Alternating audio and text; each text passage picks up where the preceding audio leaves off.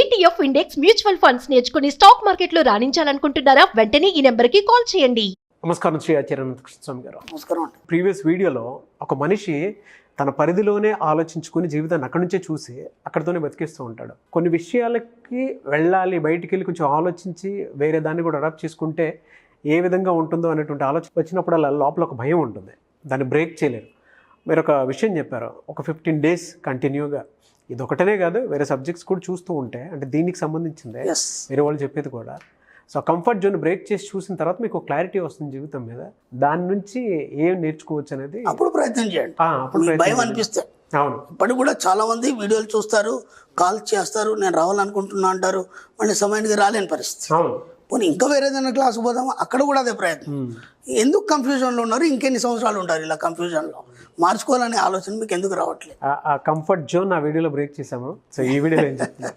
ఎలా ఉంటుందంటే, అప్పుడు మీరు ఒక బిజినెస్ చేయాలనుకున్నారు, ఒక వ్యాపారం చేయాలనుకున్నప్పుడు ఏం చేస్తారంటే, ప్రశాంతంగా కూర్చొని రాత్రి భోజనాలు అవన్నీ అయిపోయిన తర్వాత మీ భార్యతో చర్చిస్తారు. నేను ఇప్పుడు కొత్తగా బిజినెస్ చేయాలనుకున్నాను, దీని విషయంలో మరి నేను ఇలా డబ్బు తేవాలనుకున్నాను, మన దగ్గర కొద్ది ఉంది, ఇంకా కొద్దిగా నేను అప్పు తేవాలనుకున్నాను, తెచ్చేసి పలానా బిజినెస్ చేయదలుచుకున్నాను. ఎందుకంటే ఈ చేసేది నేను జాబ్ ఏదైతుందో ఇన్కమ్ సరిపోవట్లేదు, కాబట్టి ఇంకా కొత్తగా ఏదైనా చేయాలనుకున్నప్పుడు పాపం ఆమె వంటింట్లో పని చేసుకుంటుంది, పిల్లల్ని చూసుకుంటుంది, ఆ బాధ్యత తప్ప ఇంకేం తెలియదు ఆమెకి. కానీ భర్త ఏదో చేస్తున్నాడని చెప్పేసి ఆమె ఏదో సలహా ఇస్తుంది.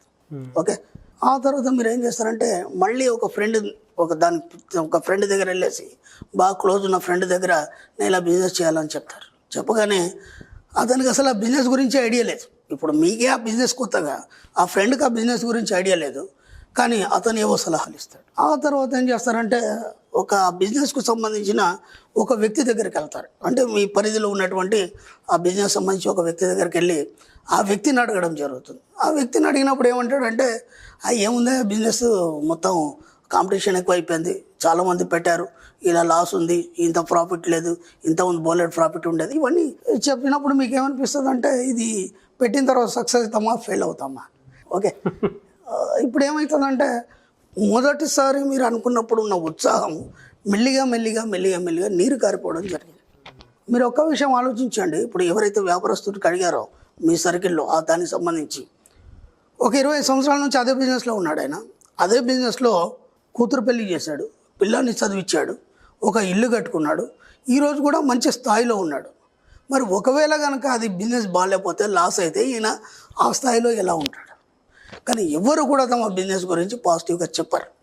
కాబట్టి ఎవరి ఆలోచనలు మీ మీద ప్రభావితం చేయలేవు. ఈ ఒక్క వర్డ్ని పట్టుకోండి మీరు, ఎవరి ఆలోచనలు మీ మీద ప్రభావితం చేయలేవు. కాబట్టి ఇప్పుడు మీరు ఏం చేయాలి? మీరు ఏం చేయాలనుకున్నా సరే మీరు ఎవరిని అడగద్దు. ఒక కొత్త పని మొదలు పెడుతున్నాం, మీ ఇన్నర్ మైండ్ అడగండి. మీ ఇన్నర్ మైండ్ ఏదైతుందో అది ఏం చేస్తుందంటే, మీకు కొత్త అవకాశాల వైపు ప్రయాణం చేస్తుంది. 2, గొప్ప అవకాశాలని కల్పిస్తుంది. 3, కొత్త దారులు చూపిస్తుంది. మిమ్మల్ని ఎంత వీలైతే అంత అభివృద్ధి వైపు ప్రయాణం చేయిస్తుంది. కాబట్టి ఇది సరిపోతుంది మనకి ఈ విషయం తెలియక ఏం చేస్తామంటే, ప్రతి వాళ్ళు సలహాలు తీసుకుంటాం. మన సబ్జెక్ట్లో మనం ఏం చేయాలనుకున్నా సరే మనం ఎవరి సలహాలు తీసుకోవద్దు. ఎవరి సలహాలు మన మీద ప్రభావితం చూడకుండా మనం అసలు జోలికి పోవద్దు, వాటి గురించి ఆలోచించద్దు. లేకపోతే ఏమవుతుందంటే, ఒకవేళ కనుక కొద్దిగా మీరు అటువంటిగా డిపెండ్ అయ్యారు అనుకోండి, మీ ప్లానింగ్ అంతా ఫెయిల్ అయిపోయి ఏమవుతుంది, అక్కడ మీరు ఉంటారు, మనిషి మీరు ఉంటారు, ఆలోచనలన్నీ వాళ్ళే ఉంటాయి.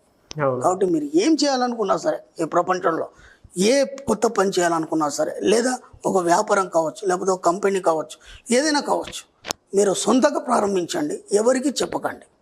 ఓకే, మన దగ్గర క్లాసులోకి వచ్చిన వాళ్ళు చాలామంది ఉన్నారు, సబ్జెక్ట్ అవగతమైంది వాళ్ళకి, వాళ్ళు ఈరోజు మంచి స్థాయిలో ఉన్నారు. ఎందుకు? వాళ్ళు ఎవరిని ఏం అడగలేదు, ఇంట్లో కూడా చెప్పలేదు. ఎందుకంటే ఇప్పుడు ఆ బిజినెస్ గురించి మీకు ఐడియా లేదు, ఎవరిని అడిగితే ఏదో చెప్తాడు, దానివల్ల ఏమవుతుంది, అది డిస్టర్బెన్స్ అనేది జరుగుతుంది. వీలైనంత ఏ విషయాలైనా సరే మీ సొంత నిర్ణయాలు తీసుకోండి, ఎవరిని అడగకండి, ఎవరి మీద డిపెండ్ కాకండి. ఓకే, ఇప్పుడు దానికోసం మీరు ఏం చేయాలి? సొంత నిర్ణయాలు తీసుకోవాలన్నప్పుడు మీకు ఆ నిర్ణయాలు ఎలా వస్తాయి? జస్ట్ మీరు మెడిటేషన్ అనేది నేను చెప్పాను, నైట్ 10:30 లేదా మార్నింగ్ 4:30కి ఎందుకు చేయాలి, 10:30కి ఎందుకు చేయాలి అనే విషయాలు కూడా మనం క్లాస్లో చెప్పుకున్నాం. అంటే వేరే టైం మనం ఫిక్స్ చేసుకోవచ్చు, ఆ సమయంలోనే ఎందుకు చేయాలి, దానికి కొన్ని ప్రత్యేక కారణాలు మనం చెప్పుకున్నాం. ఇప్పుడు ఏం చేస్తారంటే మీ బిజినెస్ ఏదైతుందో ముందు ఒక ప్లాన్ వేసుకోండి.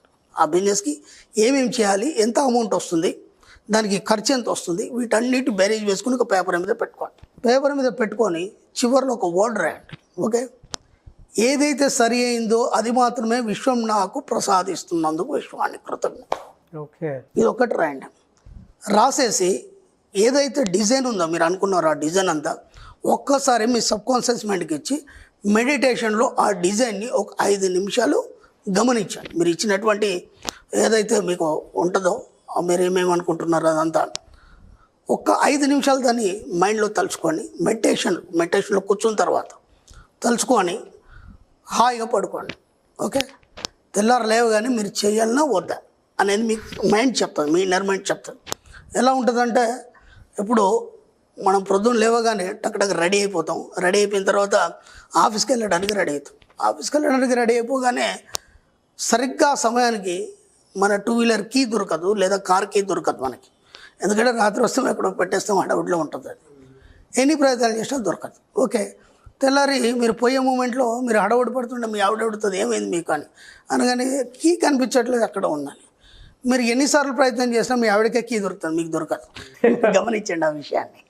ఆవిడే తీసుకొచ్చేస్తుంది, ఇదిగోండి ఇక్కడ పెట్టారు, ఇక్కడ మర్చిపోయారు. ఇక్కడ ఏం జరుగుతుందంటే ఆ కీ చెప్తుంది. ఎప్పుడు అక్కడ మీరు, మీ మిస్సెస్, మీ పిల్లలు అందరూ కూడా కీ గురించి ఆలోచించినప్పుడు ఏమవుతుందంటే ఆ వైబ్రేషన్స్ అన్నీ ఆ కీ మీద ఫోకస్ చేయబడుతుంది. అప్పుడు ఆ కీలో ఉండేటువంటి ప్రాణశక్తి మిమ్మల్ని లాగుతుంది. లాగి నేను ఇక్కడ ఉన్నానని చెప్తుంది. ఎక్కువగా దానికి కనెక్ట్ అయి ఉండేది మీ ఆవిడే కాబట్టి ఆమెకే దొరుకుతుంది. అది మీకు అది ఆలోచన ఉండదు. అలా మీకు కావాల్సిన ప్రాజెక్ట్ ఏదైతుందో, బ్లూ ప్రింట్ ఏదైతుందో దాన్ని మీ సబ్కాన్షియస్ మైండ్కి ఇవ్వడం ద్వారా యాజ్ ఇట్ ఈస్గా మీకు ఏమేమి కావాలి, అది ఎంతవరకు సరైంది, ఎంతవరకు కరెక్ట్ కాదు అనే విషయం మీకే అవగతం అవుతుంది. కరెక్ట్ అనిపిస్తే దాన్ని ఫాలో అయిపోండి, కాదనుకుంటే వదిలిపెట్టేయండి, ఇంకో కొత్త ప్లాన్ తీసుకోండి. దాంట్లో తప్పేం లేదు కదా. చాలామందికి ఆ కన్ఫ్యూషన్ ఉండటం వల్లే ఎక్కడి నుంచి ఎక్కడికో వెళ్తూ ఉంటుంది. కాబట్టి ఎంత వీలైతే అంత ఎవరిని ఏమి అడగకండి. మీరు ఏం చేయాలనుకున్నారు యాజ్ ఈజీగా చేయండి. నేను 100 సార్లు చెప్పాను, మీకేం తినాలనిపిస్తే అది తినేయండి. ఓకే, ఏం చేయాలనిపిస్తే అది చేసేయండి. ఇక్కడ 2 కండిషన్లు ఉన్నాయి మనకి. ఒకటి ప్రకృతికి ఇబ్బంది పెట్టద్దు, 2 పక్కవాడికి ఇబ్బంది పెట్టద్దు. మీకు ఏం చేస్తే చేయండి, ఎవరికి చెప్పకండి. మీ కోరికలన్నీ తీర్చేసుకోండి. ఎంత వీలైతే అంత మీ మనసులో ఏమేమి ఉన్నాయి అంటే ఒక పెద్ద ప్రాజెక్ట్ పెట్టాలని ఉంది, ఓ వ్యాపారం చేసేయండి. ఏమవుతుంది, పోతే ఒకసారి లాస్ అవుతుందచ్చు, తర్వాత బెనిఫిట్ అవుతారు కదా, దాని నుంచి ఒక అనుభవం వస్తుంది, అంతకంటే ఏమవుతుంది. కాబట్టి ఎంత వీలైతే మీ ఇన్నర్ మైండ్ అడగండి, ఎవరిని ఏ సలహాలు అడగండి, ఎవరి సలహాలు తీసుకోకండి. అందుకే చెప్తున్నాను, ఎవరి ఆలోచనలు మీ మీద ప్రభావితం చేయకుండా మీరు చూసుకోండి, సరిపోతుంది, మీరు సక్సెస్ అయిపోతారు. Thank you sir, thank you so much Shri Acharya. Thank you అండి.